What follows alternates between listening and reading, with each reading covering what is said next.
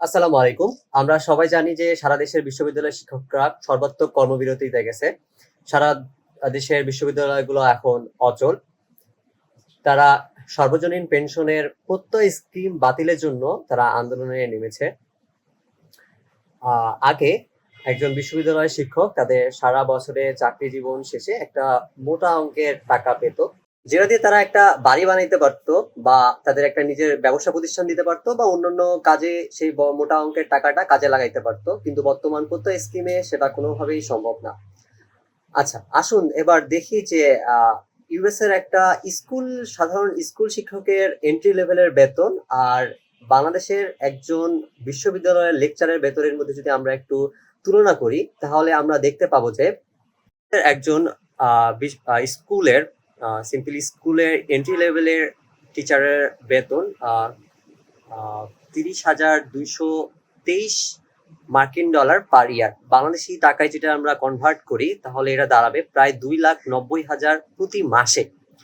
আর বাংলাদেশের একজন এন্ট্রি লেভেলের বিশ্ববিদ্যালয়ের লেকচারের বেতন হয় ২২,৫০০ টাকা। সর্বসাকুল্যে সেটা দাঁড়ায় ৩৪,৫০০ বা ৩৫,০০০-এর কাছাকাছি, কিন্তু এর বেশি না।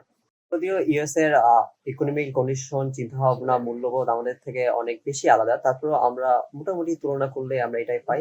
এখন আমরা দেখি যে আসলে বাংলাদেশে বিশ্ববিদ্যালয়ের টিচার কারা হয়।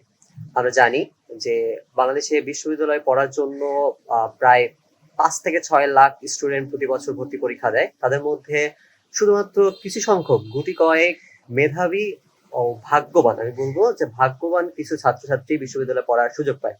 তাদের মধ্যে কি সবাই বিশ্ববিদ্যালয়ের টিচার হতে পারবে? না। উত্তরটা হচ্ছে একদম না। তাদের মধ্যে সবাই পারবে না। বিশ্ববিদ্যালয়ে টিচার হওয়ার জন্য মিনিমাম যোগ্যতা হচ্ছে আপনাকে কোনো প্রকার লক ইনকমপ্লিট ছাড়া আপনার সিজিপিএ থাকতে হবে 3.5 এর উপরে। 3.5 এর উপরে থাকলেই যে আপনি টিচার হইতে পারবেন এমন কোনো গ্যারান্টি নাই।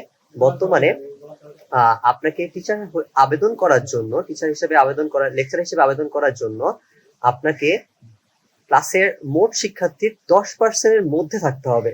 তার মানে এটা দাঁড়ায় যে আপনার ক্লাসে যদি 100 জন স্টুডেন্ট থাকে, তার মধ্যে সেরা 10 জন কেবল বিশ্ববিদ্যালয়ের টিচার হওয়ার জন্য অ্যাপ্লাই করতে হবে। মোটামুটি বলা যায় যে আপনি যদি একটা ক্লাসের একটা ডিপার্টমেন্টের মধ্যে ফার্স্ট, সেকেন্ড বা থার্ড, এর বেশি না, ফার্স্ট, সেকেন্ড, থার্ড এর মধ্যেই যদি আপনারা থাকে, তাহলে আপনারা বলা যায় যে টিচার হইতে পারবেন। তাছাড়া আরো অনেক বেশি রুল আছে। এখন আসা যাক যে বিশ্ববিদ্যালয়ে ফার্স্ট, সেকেন্ড কারা হয়?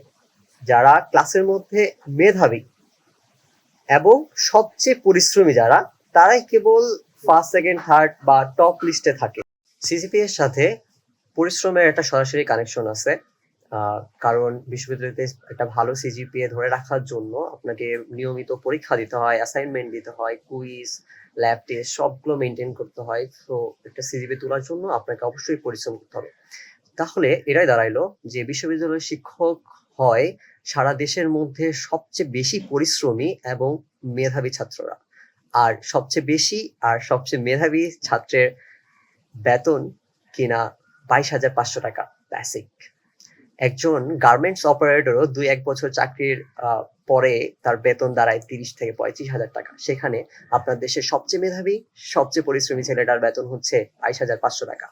তারপরেও তাদের একটা আশা ছিল, চান্স ছিল যে তারা তাদের চাকরি জীবন শেষে একটা বড় মোটা অঙ্কের টাকা পাবে, যেটা দিয়ে তারা তাদের ফ্যামিলিকে আরেকটু বেটার পজিশনে নিয়ে যেতে পারবে, তারা নিজেদের জন্য একটা বাড়ি করতে পারবে বা কিছু একটা করতে পারবে। কিন্তু সেই সুযোগটাও এখন আর নেই।